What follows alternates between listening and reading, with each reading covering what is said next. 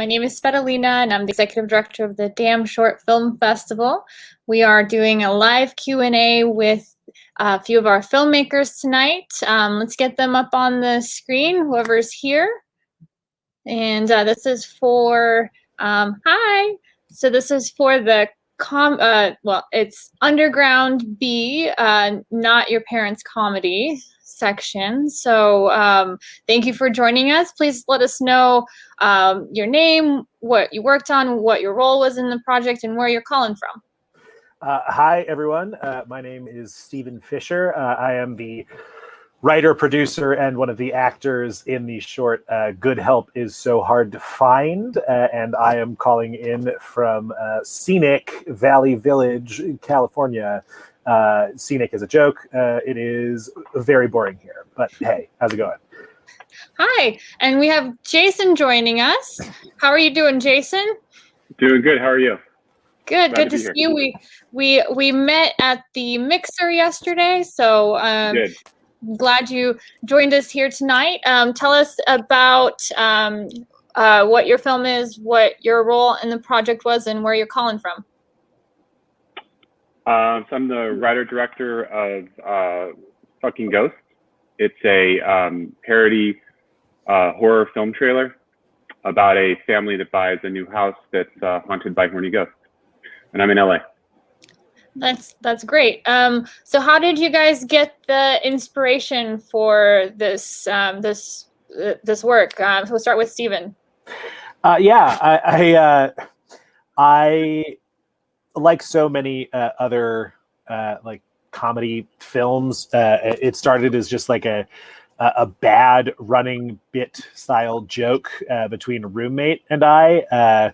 The genesis of it was this sort of like half-baked idea of like, what if a couple's therapist just decided that he agreed with the man all the time out of like bro code solidarity, which is like so dumb and so reductive, but that was sort of the germ of an idea for a short form series where a couple goes to different couples therapists, and every time the therapist is like some variety of loon. And this is the pilot for that series. Got it. Jason, how about you? I wish I could tell you Fucking Ghost had some really deep meaning and existential sort of through line, but no, I had this idea of a haunted house that was haunted by ghosts that were having sex. And it was just sort of like this germ of an idea, like Stephen just said. It was like this thing that kind of wouldn't go away, and I just had I had to scratch it until I figured it out. And yeah, it was it was just a silly thing that I just had to do, just to do it. Have you guys had your films show in a theater yet, or have you participated in any other virtual festivals with this particular project? We'll start with Stephen. We have not screened in a theater yet. We finished the final edit of this on, like, I want to say conservatively, like March 6th of last year, and so this has been an entire festival like run of virtual stuff. We premiered at the San Jose International Film Festival in I want to say late September, but since then we've gone to the Austin Indie Fest, Culver City Film Festival. We're screening this weekend sort of virtually in the same capacity as we are here at a film festival in London. So, you know, if there's one benefit to the pandemic is that I can be at this Q&A for this one, and then I have a Q&A for the London one tomorrow, and I don't have to leave the apartment, which is pretty great.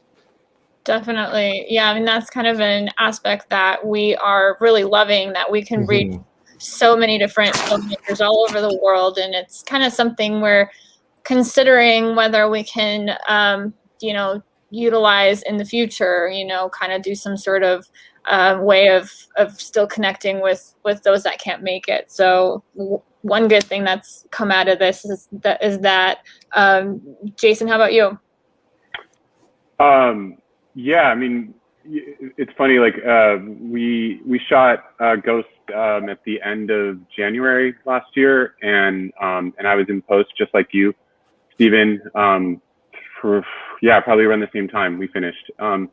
And then the pandemic hit, and we're like, what are we supposed to do with this thing? This is a big giant question mark. And we just started submitting. We got into some festivals pretty quickly, which was rad. And then and then it just sort of like, to date, I think we're at like 22 festivals or something. And I mean, we've done some pretty good ones. We got into Holly Shorts was a pretty big one out here. Scream Fest. It's done really well in horror festivals, actually. Like in a comedy horror genre sort of vibe. So yeah, it's listen, I did this thing just because I just had to. And so like, if we got into one festival, it would have been rad, but like, it's crazy. I'm loving the ride. So much fun. Yeah, totally. Yeah. We're batting about 500 when it comes to like submissions and acceptance. It's been a ton of fun to like get to meet filmmakers from all over the place who otherwise wouldn't have been able to come to festivals, be able to be at festivals that I can't afford a plane ticket to. And yeah, we found ourselves a nice little niche in like romance style festivals, even though ours is like considerably more like, it's much more comedy than it is like like an out and out love story, but there is a certain amount of like heart to it, and that is in enough judges' eyes a qualification for us to like get into the sort of like funny romance section of a lot of like festivals that are themed around that. Yeah. Well, I saw your film. It's very funny. Oh, thanks, man. Yeah, yours is too. Oh, thank you. Please keep this as conversational. You can talk and cut me off. I don't have much to say. It's about you guys. So, but speaking of just the comedy genre, it's just such a I think seems so difficult to know how to translate comedy into filmmaking and do it successfully. And it's obviously all about that audience reaction and experiencing that and getting those cues from the audience. What's your approach to doing comedy filmmaking? Any tips out there for people? We'll start with Jason. I'm pretty new to comedy. I mean, I'm a commercial director, and I do a little bit of comedy stuff here and there, but it's nothing like as broad as Ghost is. I think for me, so well though. I mean, I feel like that I think a lot of it has to do with editing and everything, but that comedy aspect came out, so definitely. Well, I'm grateful. Thank you. I appreciate that. Yeah, I as a director, I just really sort of operate on my instincts, and I just think about like, what do I think is funny, and I go there. Like, I'm not really, if I was sort of worried about like what the audience would think about everything, it would have been really stifling, I think, for my creative process. Like, I wrote like the script started out as a short film, actually, like a traditional narrative short film, and I'm a very reluctant writer. I don't like writing. And so, I was really having a hard time, like, how to button it up at the end. And one of my good friends suggested, well, why don't you, like, you have all these amazing beats. Why don't you make it as a trailer? And that just blew it open. Because then it was just about just jokes, and I didn't really have to kind of figure out the ending. I kind of cheated in a lot of ways. But it really opened up like the creative process, and then I just had so much fun with it. It was like, oh, now we need a trailer guy voiceover. Okay, what's that going to be? And then those jokes come out of that, and it's like, so it's just this constant like flow that happened once they sort of rethought about how to tell the story. But I just, yeah. Oh, the other thing is really being open with my actors to do improv.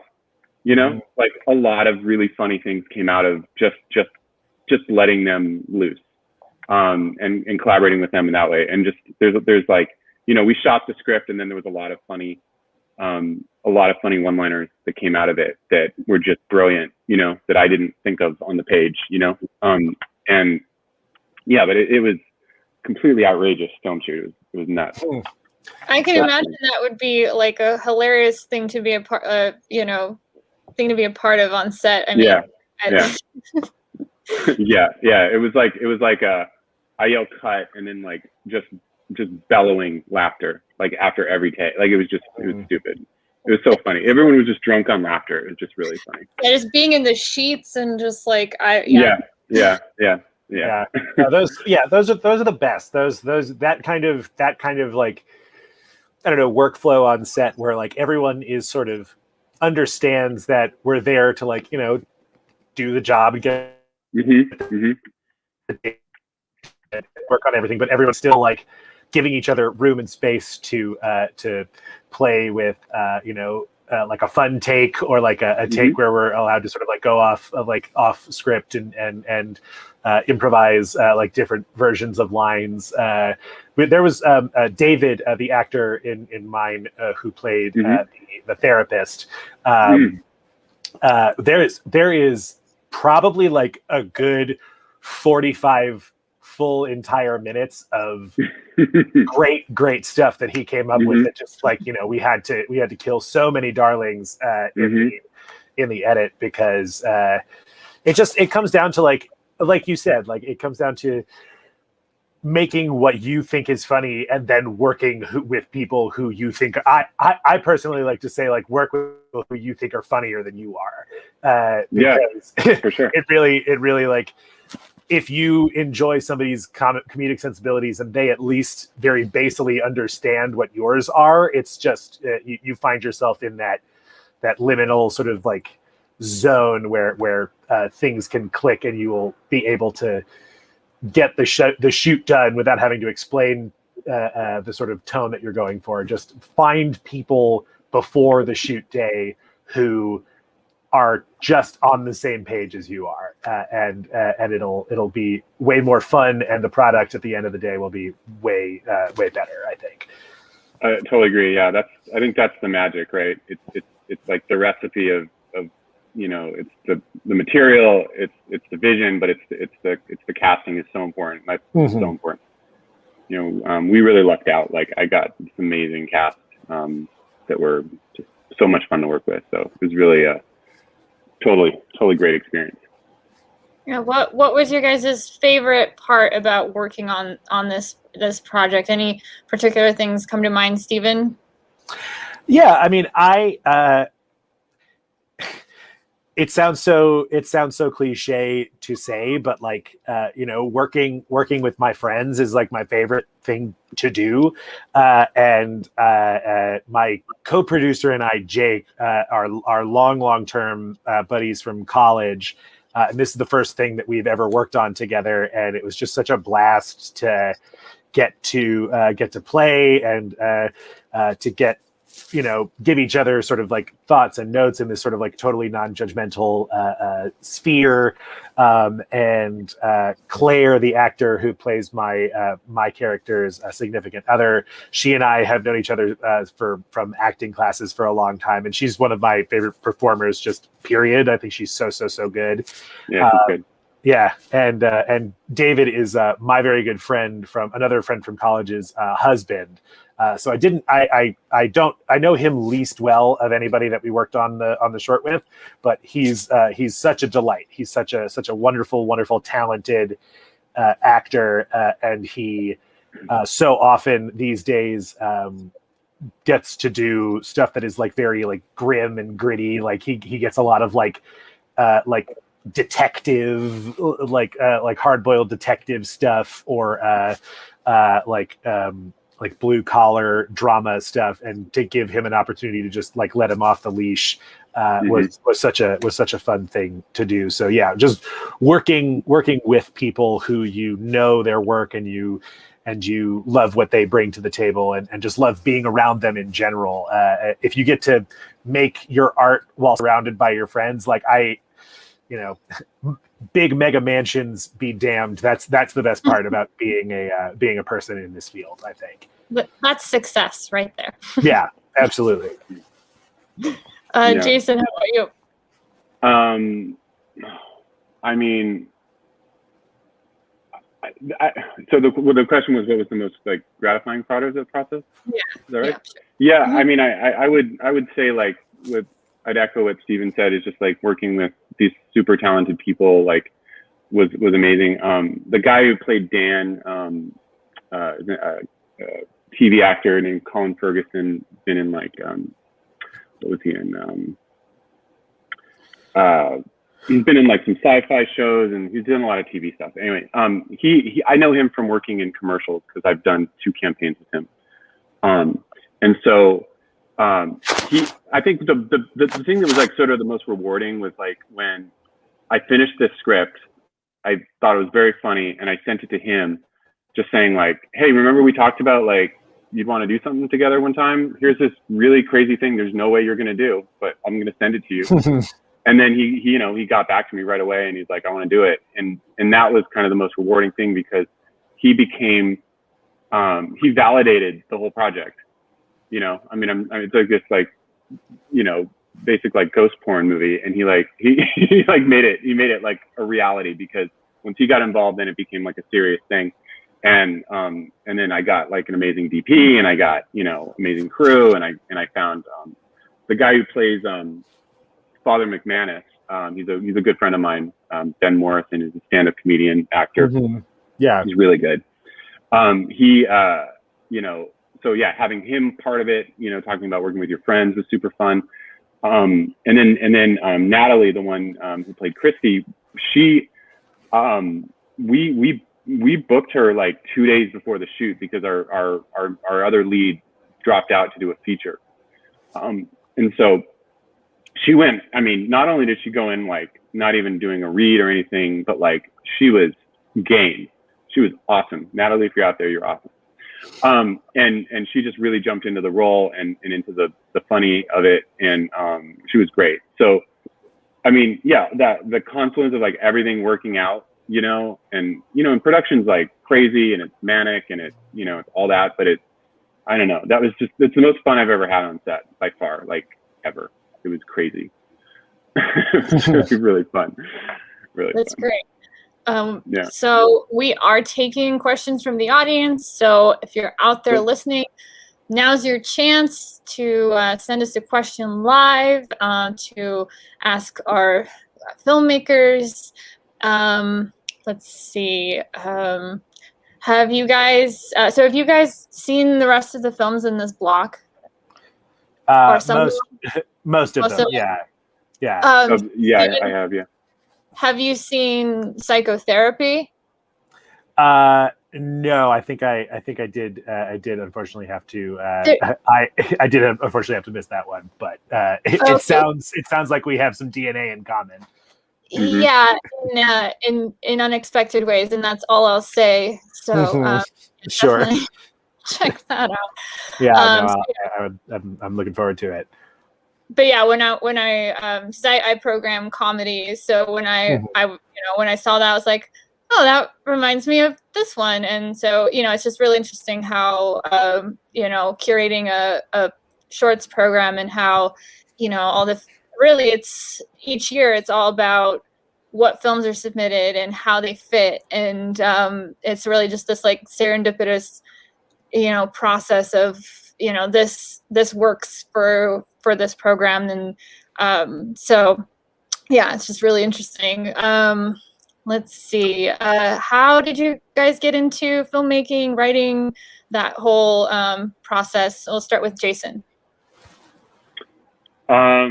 Yeah, so I mean, my background's in design. I do, like, I work in commercials, in like design, animation, visual effects, post-production stuff. So I've been doing that for 20 years. About 10 years ago, I started getting live action opportunities, to shoot, commercials and stuff. And it's taken about 10 years to finally have like a reel that's giving me some momentum. So it took a long time. But about 2 years ago, my buddy, Ben Morrison, he has like a stand-up variety show called Super Funny that did a residency at Hollywood Improv in LA here. And so we did, and it's like it's cool. It's like stand-up comedy with like a PowerPoint presentation. So it's kind of like TED Talks with jokes. Yeah, it's a very, very, very funny show. You've Ben seen and it? Ben and I are Ben? Yeah, not super cool. well. Yeah, no, we're cool. repped by the same agency, and we've like crossed paths at a client mixer here and there. Oh, right on. Yeah, Ben's great. That's awesome. Yeah. So anyway, so Ben's an old friend, and I got involved with Super Funny. I was kind of helped like rebrand it, but then I also started shooting sketch films, and so that was my first taste of like narrative filmmaking. And Ben is so funny, and it's just like to have like someone who knows comedy inside and out was. I just learned so much so quickly.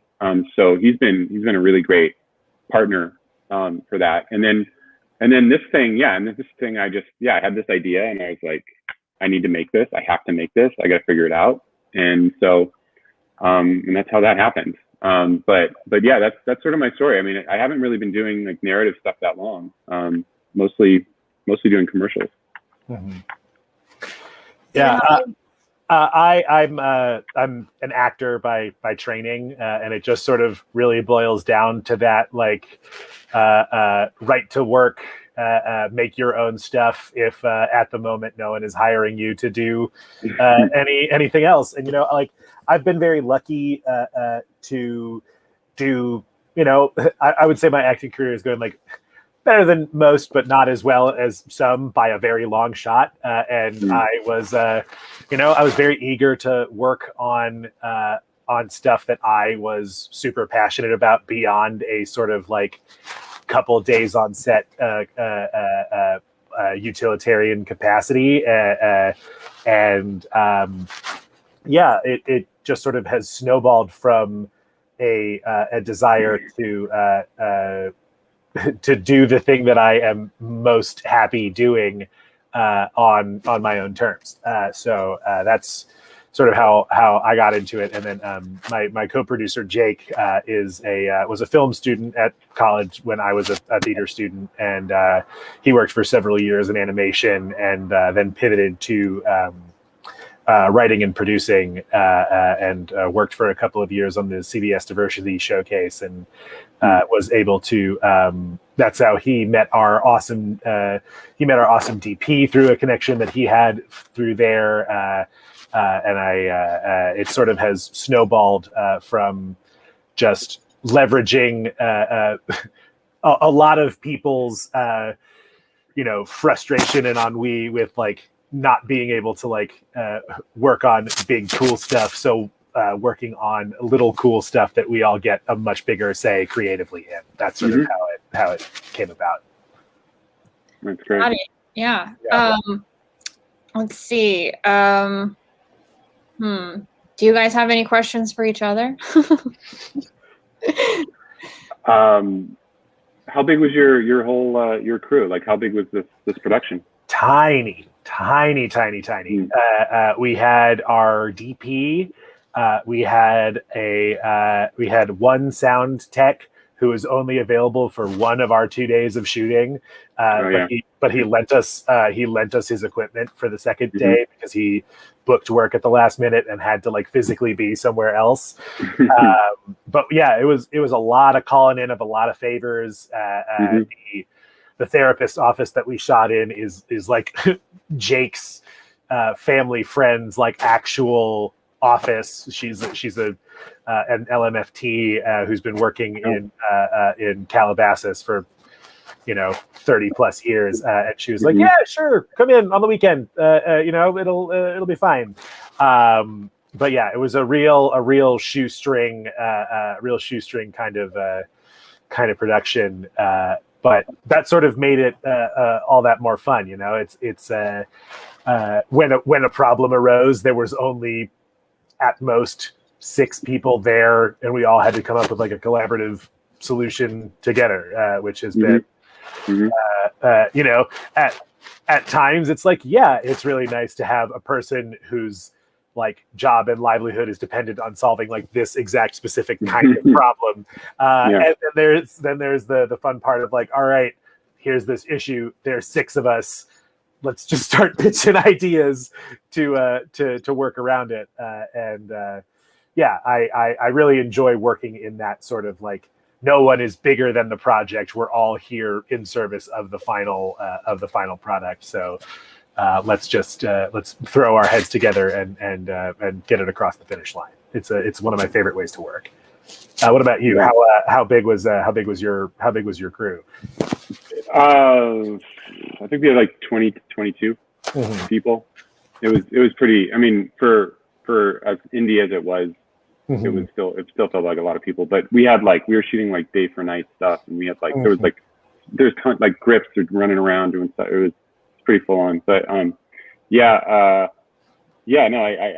agree with all that. Like Ben and I, when we shot sketch films prior to this, it would be him and I and like a sound. I'm sorry. It would be probably, because he's the actor, it would be me running camera and sound and doing and directing. And yeah, it was. So I get it. Like just being like, so it was kind of fun because it sort of felt bigger than anything we'd done yet, which was cool. You know, that was neat. But same thing. I mean, big, borrowed, stole, you know, favor. The beauty was is that the script read very funny on the page, and people that read it were just like, yeah, let's do this. You know, so it wasn't hard to get people to join in. It wasn't a big budget film. It looks a lot more expensive than it was by a lot, I think. But that was a favor from the DP that I hired to do a Walmart job 2 weeks earlier. You know, he's like, you know, and he just did it. So he was great. So like I had like a lot of that kind of, you know, serendipitous favory stuff that kind of happened that was really helpful. Yeah. It's my friend's house, you know, so that was helpful. I mean, you know this, like the location's so important when it comes to production value, you know, and like it's so important. Yeah. And so that house was perfect, and your office was perfect. So it's like we both got kind of lucked out with that. Yeah. For sure. Oh, totally. I was for a while we were looking around at there's a couple of websites, but one in particular I was looking around on where it's like, here you enter like search terms for like properties that specifically rent themselves out as film sets. We kept on looking for therapist's office, and all we were coming up with were these like sleek, polished, like very sort of like, they almost look like they could have been like easily as much a therapist's office as like a Silicon Valley tech startup, like glass walls and open concept offices all over the place. And we just kept striking out and not finding the right fit. And Jake finally just sort of had the idea to ask his family friend, because it's really like a friend of the family, not a person with whom he's in like super duper regular contact. Yeah. And he was like, I wonder. Yeah. And she was so open, so amenable to it. So we owe a lot to her for lending us her office. It's just like the exact right quality of like inviting and wholesome and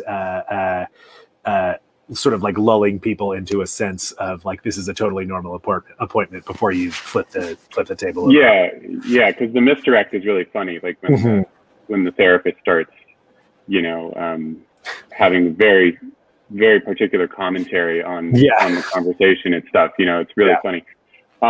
I think that's one of the lessons I learned, though, actually, that I'm still sort of following is, I kind of had this mantra last year, and it was like, fuck it, I'm just going to ask. You know, like, and, you know, I'm just going to ask Colin, see if he'll do it. And you know what I mean? And just like, fuck it, I'm just going to try. Why not? Rather than like having someone say no for me, because I think they wouldn't say yes. and so then it would be like, yeah, then I talked to this DP. I found a producer, and I was like, yeah, I'm going to talk to her. She's a really great producer. So it's like, I think there's a lot of, you kind of have to have a lot of courage, especially when you're starting out, I think, in a way, like you have to like, just go for it. Because the worst thing someone's going to say is no, and then you'll find someone else, It's like, there's a, and just, like ask my friend, can we use your house for 2 days and kind of kick you out? It works, I mean, it's so important, because it really helped sell the, made the film look bigger. Yeah. Totally. Real. Yeah. It's all about taking that first step and just doing it. Yeah. The worst anybody can say is no. And if they say no, then they don't get their EP credit at the end of the end of your thing. You don't get your EP credit. Yeah. That's for sure. Yeah. So do you have anything coming up, Stephen? Are you working on anything else? Yeah, I'm in very late stages of a project that I will fully admit I was too ambitious about. It is a screen life, sort of in the style of like the Unfriended movies, or Searching with John Cho and Deborah Messing that Anish Giganti directed. It's sort of, you're looking at a computer screen, and that's how the story's told. And it's a sort of like lighthearted but foul-mouthed Christmas comedy told in that style. And we shot it in early November of last year, and I was like, I can teach myself how to edit this whole thing and get it ready in time for Christmas. And I fully have blown past that benchmark. But now that I no longer have like that sort of Damocles hanging over me, I'm really able to sort of like spend a lot of time getting it exactly where I would want it to be. I found in like mid-December that I was cutting post-production corners that I didn't want to, and finding solutions that were efficient but not attractive. So that's what I'm sort of working on right now. What about you, man? I mean, I've got outlines for things. So like I said, I'm a really reluctant writer. Like I kind of hate writing. I just want the ideas to just materialize and do a script. It's just painful. Totally. So I mean, and I truthfully, like I have like a full-time job, so it's like bandwidth is tricky, but I've got some funny ideas. I think they're really good. I just gotta get through it. Gotta get through the process. Are you both committed to just working on the short form, or are you looking forward to? Do you want to work on features, comedy or what's your goals? I mean, most of the stuff that I have written is like geared towards an episodic television bent.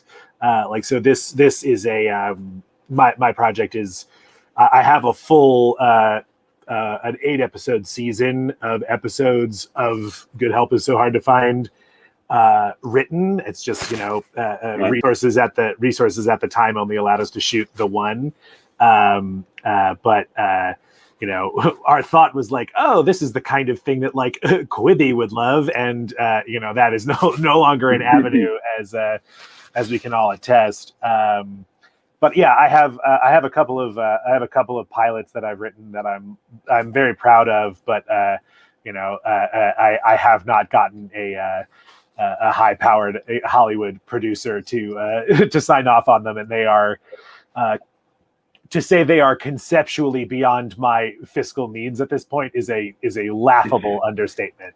So it's just a matter of nose to the grindstone, figuring out money deals before any of those see the light of day. But as far as writing and filmmaking goes, it's sort of episodic comedy TV is like where my strengths and interests most definably lie, I would say. How about you, Jason? Well, like I said, I'm pretty new to this, but I don't know. I feel very good. I feel like I set out to do what I wanted to do, and was to sort of prove myself that I could actually do this. So now I'm definitely interested in doing more narrative, and especially comedy,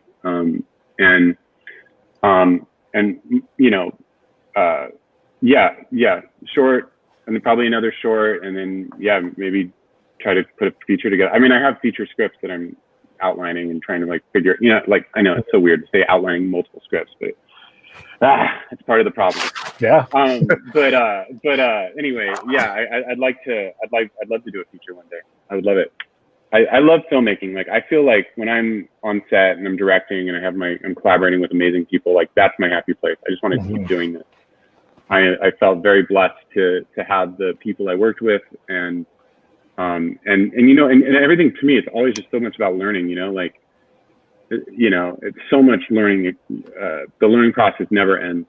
And I think like the filmmaker I am today and the filmmaker I am 10 years ago are just like, wow, just lightning or light years different. And I just, and just, continue to have fun and just keep pushing my weird sensibility and just exploring things.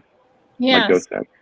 So speaking of learning and all the adapting that we've had to do with the pandemic, have there been, through this year, has there been things that you've had to adapt and change in the way you do your craft that has that you may actually, what's the positive that's come out of this? Has there been something that you are now going to be able to maybe take on forward, or was it just that you had more time to write? Anything good come out of this, Stephen? I would say, yes. I have certainly had more time to work on the stuff that I am most passionate about doing, and that has been nice. My Christmas short that I shot in November was originally not written in the style that we ended up shooting it for. It was originally written for a much more sort of like traditional shoot. But once again, fiscal constraints being what they are, I could not conscionably throw together like a non-union shoot where protocols for keeping everybody safe are not in place. So I reached out to actors who I knew could fit the descriptions, who were able to shoot from their own homes, and just sort of pivoted in the direction of being able to shoot the project safely. So it's just sort of, people, it's one of the oldest sayings about creative work that there is, but necessity becomes the mother of invention.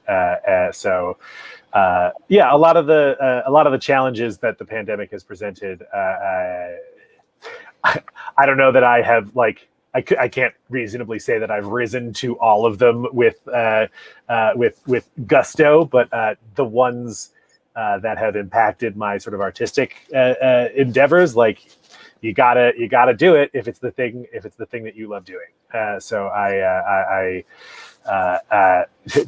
that said, teaching myself rapid fire masking editing in Final Cut Pro 10 has been a true nightmare that I would not wish on my very worst enemy. It is so slow going. And I'm good at it now, but boy, did it take a long time to figure out. Well, there you go. You had time to work on that. Yeah. Jason, how about you? I haven't tried to really do anything since we started, putting this in the festivals and stuff. Obviously, I was, last year was pretty locked down, and I wasn't really, I didn't really like. Yeah, I have friends that we shoot all the time, and we just sort of just decided not to, just to be safe and whatever. And I just think, but yeah, moving forward, I think there's a lot of interesting opportunities. I think one of the things is that, there's a huge vacuum for content, because production was decimated last year. So now there's Steven, you have ideas, I've got ideas. There's probably there's probably an audience for the things that we want to do, and we can probably potentially get stuff seen and produced because there is such a giant hole missing. So I think there is that's exciting, in TV and in film, especially in film. Yeah. Yeah, so I mean, it's just about like, I guess kind of capitalizing on the opportunity and not being a lazy writer, and just I don't know. I think there's a lot of opportunity for the world. I think there's going to be some cool stuff that's going to come out of it. I think also just material, right? Like, I mean, how many quarantine pandemic films are going to come out? Like that's just inspiration. So there's going to be a lot of interesting things coming out of this. But yeah, personally, like I haven't really done much. I've loved the film festival thing because it was like you said, Stephen, is like, you could be in London tomorrow and you're in Australia on Thursday and you're, I mean, like that's awesome. Mm-hmm. And I love that. I've never made a film before that's gotten into festivals. So I've missed out on the live audience and, and that kind of stuff. But I think Damn is a great example of trying to create, that sense of, the community, obviously, but just having the, Q&As like this and the meet and greet the other night and just, stuff like that, I think is really important for, cultivating that experience. Definitely. And we are. Yeah. And we're at time. All I'll say is this is an extremely, extremely well-produced virtual festival. Okay.